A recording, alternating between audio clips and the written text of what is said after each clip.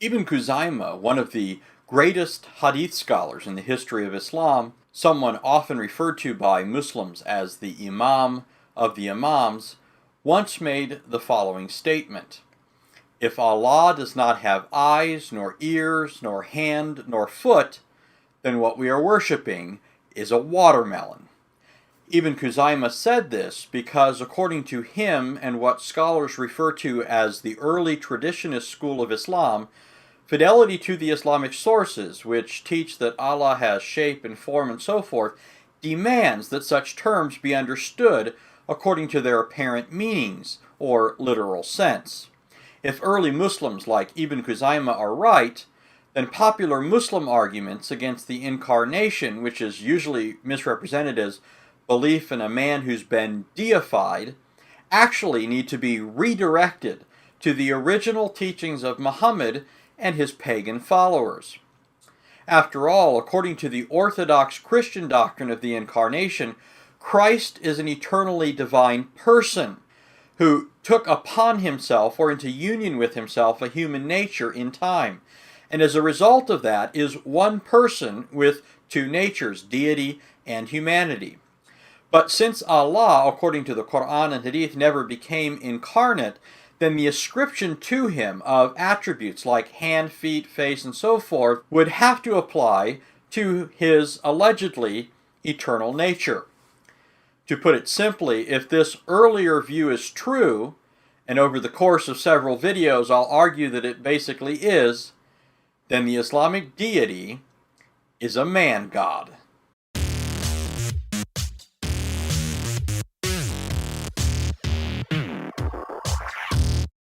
Some Muslims try to predetermine how this question is answered by appealing to two verses of the Qur'an that they believe preclude interpreting statements about Allah's body or bodily appendages according to their apparent meanings or literal sense. And so, before looking in subsequent videos at statements that speak directly to the issue, something first has to be said about these two passages. The verses in question are Surah 42:11 and 112:4. According to Surah 42:11, there's nothing like him, that is, like Allah. And according to Surah 112:4, there's none like unto him. Those who appeal to these passages tell us that they demand taking every statement in the Qur'an or in the Hadith that speak of Allah's face, fingers, foot, etc., no matter how clear, no matter how graphic such verses or narrations might be, in a figurative or allegorical way. For instance, Ibn al-Jawzi, a 12th century Muslim writing against predecessors in his own madhab or school of thought, made the following statement in an attempt to brush aside the large number of Quranic verses and Hadith narrations about Allah's anatomy. All these, even if their outward expressions suggest likening God with creation, yet what is meant by them is the affirmation of his existence. And since the law knows full well of the illusions that may arise in the hearts upon hearing them, it cut through these illusions by stating, "There is nothing like him." Quran 42:11. In other words, according to Ibn al-Jawzi, since Surah 42:11 says there's nothing like Allah, any passage that speaks of Allah's shape, form, face, and so forth must be understood as affirming simply that Allah exists and not that he actually has the attributes ascribed to him. A more recent example of this kind of approach can be seen in the words of Sheikh Muhammad Hisham Kabani, who wrote the following: "As shown in the excerpts, the priority was to repel false understandings and prevent the pitfall of attributing to Allah the characteristics of creation. Again and again, the paradigm that is the entire foundation for understanding Allah and his attributes is there is nothing like him whatsoever." Essentially, what al-Jawzi and Kabani are saying is that their understanding of these two passages, which goes against the tide of what earlier Muslims believed about Allah and his attributes, must be made paradigmatic for the interpretation of any and every other statement in the Qur'an and Hadith on this issue. However, there are at least half a dozen problems with this approach. First, this approach arbitrarily assigns priority to two passages of the Qur'an over and against other passages, which essentially allows a person to ride roughshod over those other passages, no matter how clearly they might speak to the issue. But why give these two passages the priority rather than others? Second, this method is exegetically unsound, for as all good exegetes know, the possibility of misunderstanding what a couple of statements mean is greater than the possibility of misunderstanding the overall testimony of many clear statements. Third, and closely related to the previous problem, given that there are hundreds of statements about Allah having a face, hands, etc., as we'll see, the idea that two passages of the Qur'an speak clearly to this issue while hundreds of others do not contradicts the Qur'an's own claim that it's a clear book in which everything is exhaustively detailed or explained. This would mean, at least on this issue, most of the statements in the Islamic sources are unclear, and most of the detail that Allah gives is virtually useless. Fourth, this approach assumes in advance that the Qur'an is not equivocal or inconsistent in what it teaches, saying in one place what it contradicts in another.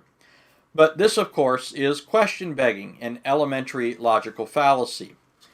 Fifth, these passages are actually easy to explain in a way that perfectly comports with the idea that Allah is an embodied being.